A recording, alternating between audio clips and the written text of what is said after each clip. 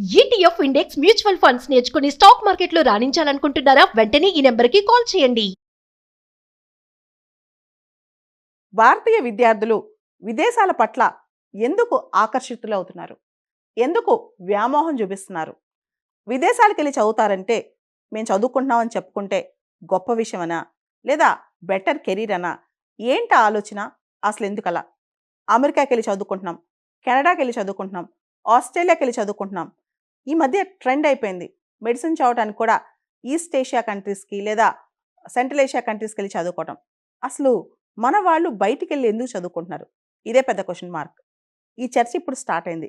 రీసెంట్‌గా మన vice president Jagdeep Dhankhar గారు ఒక స్పీచ్‌లో మాట్లాడుతూ ఇదొక రోగంలా తయారైంది. చాలామంది ఇండియన్స్ యువ దశలో ఉన్నప్పుడు యూత్ విదేశాలకు వెళ్ళి చదువుకోవటం. దీనివల్ల బ్రెయిన్ డ్రైన్ అయిపోతుంది. అంటే మేధో వలస జరుగుతుంది. అంతేకాదు ఫారెక్స్ రిజర్వ్స్ మీద కూడా ఇది స్ట్రెస్ అవుతుంది. వీళ్ళు వెళ్తా రూపాయల్ని డాలర్‌గా కన్వర్ట్ చేసుకొని అక్కడికెళ్ళి ఫీజులు కడుతున్నారు. మనకి ఆదాయం రాకపోగా మన ఫారెన్ ఎక్స్‌చేంజ్ రిజర్వ్స్ మీద కూడా ఈ స్ట్రెస్ ఏర్పడుతుందని చెప్పి ఆయన వాపోయారనమాట. ఇదొక రోగంలా అయిపోయింది, డిసీజ్‌లా అయిపోయింది, అడిక్షన్‌లా అయిపోయిందని ఆయన చెప్పారనమాట. నిజంగా విదేశాలకెళ్ళి చదువుకోవడం అనేది ఫ్యాషనా? అడిక్షనా? ఎందుకని? Having hire degree in the foreign country. విదేశాల్లో ఒక హైయర్ డిగ్రీ చదివితే బెటర్ కెరీర్ వస్తాయి, బెటర్ లైఫ్ వస్తుందని ఒక ఆశ. రెండోది ఫారిన్ వెళ్ళి చదివితే బెటర్ క్వాలిటీ ఎడ్యుకేషన్ వస్తన్నది. మూడోది ఎడ్యుకేషన్‌తో పాటు అక్కడ లైఫ్ సెటిల్మెంట్. అక్కడ సెటిల్ అయిపోవచ్చు అన్న ఆలోచన.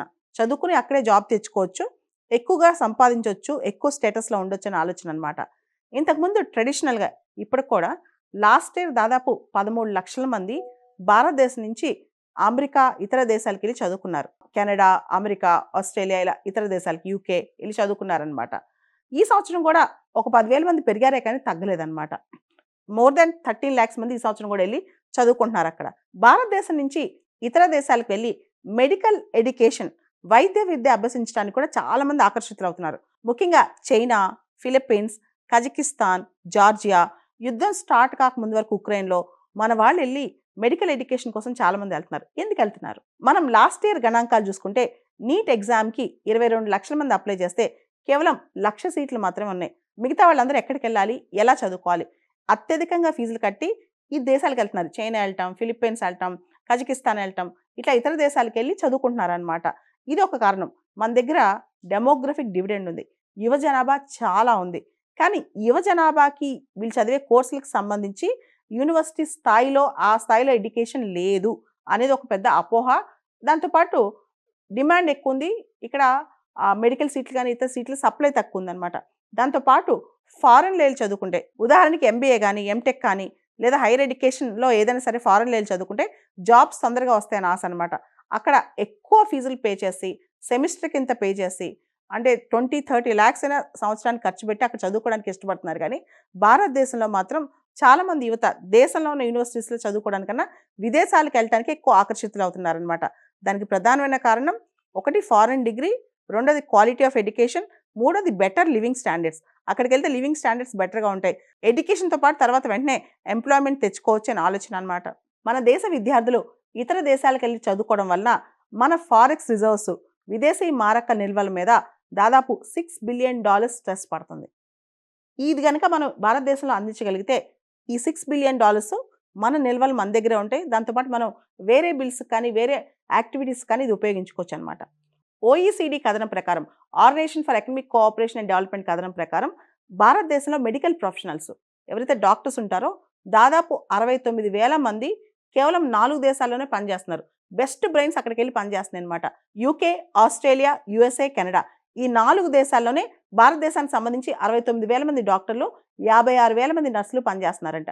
అంటే బ్రెయిన్ డ్రైన్ ఆలోచించండి. మెడికల్ ప్రొఫెషనల్స్ కానీ, నర్సెస్ కానీ, ఎంటర్‌ప్రెన్యూర్స్ కానీ, టెక్నోక్రాట్స్ కానీ వీళ్ళందరూ ఎంతమంది వేల కొలది ఇతర దేశాల్లో ముఖ్యంగా కొన్ని దేశాల్లో ఎక్కువ మంది ఫోకస్ అయ్యారు, కాన్సంట్రేట్ అయ్యారనమాట. మన దేశంలోని బెస్ట్ బ్రెయిన్స్ ఇతర దేశాలకెళ్ళి అక్కడ ఎంటర్‌ప్రెన్యూర్‌షిప్ క్రియేట్ చేయటం, అక్కడ హై క్లాస్ స్పెషలైజేషన్స్ రకరకాల ఫీల్డ్స్‌లో క్రియేట్ చేయడం జరుగుతుంది. అదంతా కూడా దేశానికి నష్టమే కదా! మినిస్ట్రీ ఆఫ్ ఎక్స్‌టర్నల్ అఫైర్స్ భారత విదేశీ వ్యవహారాల మంత్రిత్వ శాఖ కథనం చూసుకుంటే గనక 2023లో భారతదేశం నుంచి బయటికెళ్ళిన విద్యార్థుల సంఖ్య 13,20,000 మంది. అదే 2024లో గడిచిపోయిన సంవత్సరం మొత్తం చూసుకుంటే 13,35,000 మంది. అంటే మన దేశం నుంచి ఇతర దేశాలకు వెళ్ళే విద్యార్థుల సంఖ్య సంవత్సరం పెరిగిపోతుంది. ఎయిర్‌పోర్ట్స్ సీజన్స్‌లో అయితే ఎయిర్‌పోర్ట్స్ విద్యార్థులతోనే కంప్లీట్‌గా ఫిల్ అయిపోతున్నాయి అన్నమాట. ఫారిన్ వెళ్ళే ఈ విమానాల్లో మనోళ్ళే ఎక్కువ మంది, ముఖ్యంగా స్టూడెంట్స్ ఎక్కువ మంది ఉంటున్నారంట. భారతదేశ విద్యార్థులు ఎక్కువగా ఏ దేశం పట్ల ఆకర్షితులవుతున్నారు? Top Canada. ఆశ్చర్యపోతాం అందరం. కెనడాలో ఇంత అవుతున్నా సరే 4,30,000 మంది భారత విద్యార్థులు ఈ రోజున కెనడాలో ఉండి చదువుకుంటున్నారంట. దాదాపు 3,30,000 మంది అమెరికాలో, తర్వాత దాదాపు 2,00,000 మంది యూకేలో విద్యను అభ్యసిస్తున్నారు భారతదేశం నుంచి వెళ్ళి. ఆస్ట్రేలియాలో అయితే దాదాపు 1,20,000 మంది, జర్మనీలో అయితే దాదాపు 50,000 మంది భారతీయ విద్యార్థులు ఈ రోజున చదువుకుంటున్నారంట. ఇకపోతే మెడికల్ ఎడ్యుకేషన్ చూసుకున్నట్టయితే జార్జియాలో 15,000 మంది, చైనాలో 10,000 మంది భారతీయ విద్యార్థులు ఈ రోజున చదువుకుంటున్నారు. మనకు తెలుసు కోవిడ్ వచ్చినప్పుడు చైనా వుహాన్లో అక్కడ చాలా మంది భారతీయ విద్యార్థులు స్టక్ అయిపోయారు. ఉక్రెయిన్లో యుద్ధం వచ్చినప్పుడు కూడా చాలా మంది విద్యార్థులు స్టక్ అయిపోయారు. ఒక విద్యార్థి అయితే అక్కడ చనిపోవడం కూడా జరిగింది ఉక్రెయిన్ వార్లో. మనకు తెలిసి అఫీషియల్గా కూడా తెలుగు విద్యార్థి చనిపోవడం జరిగింది. అసలు మనం ఇక్కడ చర్చించుకోవాల్సింది భారతీయ విద్యార్థులు ఎందుకు విదేశాల పట్ల, విదేశీ విద్య పట్ల ఆకర్షితులవుతున్నారు? ఎక్కడ సవాలు ఎదురవుతుంది? మొదటగా మన కరికులం. అసలు మన కరికులంలో క్వాలిటీ ఉందా? విదేశాలతో పోలిన స్టాండర్డ్స్ మనకున్నాయా? రీసెర్చ్ సరిగ్గా జరుగుతోందా? దాంతోపాటు కావాల్సినన్ని సీట్స్ మనం అవైలబుల్గా పెట్టగలుగుతున్నామా? దాంతోపాటు క్వాలిటీ ఆఫ్ యూనివర్సిటీస్ విదేశాలతో పోలిస్తే మన దగ్గర అంత ఉందా? ఇవన్నీ క్వశ్చన్స్ అనమాట. తర్వాత మన ఉన్నత విద్య అనేది తర్వాత ఉద్యోగాలు ఇవ్వగలుగుతుందా? ఉద్యోగాలు సృష్టించగలుగుతుందా? ఎంటర్‌ప్రెన్యూర్స్‌ని క్రియేట్ చేయగలుగుతుందా? ప్రొఫెషనల్స్‌కి సరైన పందా చూపించగలుగుతుందా? ఇప్పుడు సుందర్ పిచాయ్, సత్య నాదెళ్ల వీళ్ళందరినీ మనం చాలా టాప్‌గా చూస్తుంటాం. వీళ్ళందరూ ఎందుకు దేశాన్ని వదిలేసి వెళ్ళిపోయారు? ఇలాంటి వాళ్ళు మన దేశంలోకి ఎందుకు పుట్టట్లేదు? తిరిగి ఎందుకు రావట్లేదు? ఇదే పెద్ద క్వశ్చన్. చాలా సార్లు హైర్ ఎడ్యుకేషన్ అనేది పాస్‌పోర్ట్ ఫర్ బెటర్ లైఫ్ అంటుంటారు. విదేశాలకెళ్ళి చదువుకుంటే, హైర్ ఎడ్యుకేషన్ అక్కడ చేసుకుంటే మనం చాలా లివింగ్ స్టాండర్డ్స్ పెరుగుతాయి. భారతదేశంలో మనం ఎంత కష్టపడి పనిచేసినా నెలకి ఎంత సంపాదించొచ్చు? అదే ఫారెన్‌లో అయితే గనక డాలర్స్‌లో సంపాదించొచ్చు. లేదా వాళ్ళ కరెన్సీలో సంపాదిస్తే, అంటే డెవలప్డ్ కంట్రీస్‌లో ఉద్యోగం చేస్తే ఖచ్చితంగా వాళ్ళ కరెన్సీస్ మన కరెన్సీతో ఎక్స్‌చేంజ్ రేట్‌లో చూసుకుంటే చాలా డబ్బులొస్తాయి గదా! ఆ వేజ్ గ్యాప్ కూడా లెక్కేస్తారనమాట. కానీ ఇప్పుడు చూస్తే గనక కాస్త ట్రెండ్. అమెరికాలో లే ఆఫ్‌ల భయం, యూకేలో లే ఆఫ్‌ల భయం చాలా ఎక్కువుంది. అక్కడికెళ్ళిన విద్యార్థులు చాలా కష్టపడి చదువుతున్నారు. చాలా ఎక్కువ ఫీజులు కట్టి చదువుతున్నారు. కానీ వాళ్ళకి వెంటనే జాబ్స్ రావట్లేదు. పార్ట్ టైమ్ జాబ్స్ కూడా రావట్లేదు. కొన్ని సందర్భాల్లో వాళ్ళు పార్ట్ టైమ్ జాబ్స్ రాక ఇల్లీగల్‌గా కూడా, అంటే వాళ్ళకి ఆ వాలిడిటీ లేకపోయినా ఉద్యోగాలు చేయాల్సిన పరిస్థితి, చిన్న చిన్న జాబులు కూడా చేయాల్సిన పరిస్థితి వస్తుందంటే ఇప్పుడు ప్రస్తుతం అమెరికాలో కానీ, యూకేలో కానీ. Human flight and brain drain index అని ఒక ఇండెక్స్ ఉంటుందన్నమాట. అంటే మన దేశం వాళ్ళు ఇతర దేశాలకు వెళ్ళటం వల్ల మన దేశం పైన ఎటువంటి ప్రభావం పడుతుంది అనే దాని మీద. ఆస్ట్రేలియాలో ఈ ఇండెక్స్ చాలా బెటర్‌గా పెర్ఫార్మ్ అయింది. భారతదేశంలో మనం కొంచెం ఇంప్రూవ్‌మెంట్ చేసుకోగలిగాం. అంటే మన దేశం వాళ్ళు విదేశాలకెళ్ళినా మన దేశం మీద ఎక్కువ ప్రభావం పడకుండా కొంత ఇంప్రూవ్ చేసుకోగలిగాం. కానీ మన ఇండెక్స్ మనం ఇంకా మోడరేట్‌గానే ఉన్నాం. ఇంకా బాగా, అంటే మన మన దేశం నుంచి ఎంతమంది మేధోవలస వెళ్ళిపోయినా కావాల్సినంత మేధస్సు మన దేశంలో రిటైన్ చేసుకునే శక్తి మన దేశానికి ఇంకా రాలేదన్నమాట పూర్తి స్థాయిలో. అంటే బ్రెయిన్ డ్రెయిన్ ఎఫెక్ట్ అనేది మన దేశ ఆర్థిక వ్యవస్థ మీద, సామాజిక వ్యవస్థ మీద చాలా ఉంది. దాదాపు 2,00,00,000 మందికి పైగా భారతీయులు విదేశాల్లో ఉంటున్నారు. కానీ దానిలో బెస్ట్ ఆఫ్ ద బ్రెయిన్స్ కూడా విదేశాలకు వెళ్ళిపోయామన్నమాట. దీన్నే బ్రెయిన్ డ్రెయిన్ అనే కాన్సెప్ట్ అంటారు. బ్రెయిన్ డ్రెయిన్ ఆపాలంటే మనం ఏం చేయాలి? సిస్టమిక్ కరెక్షన్స్ చాలా చేయాలన్నమాట.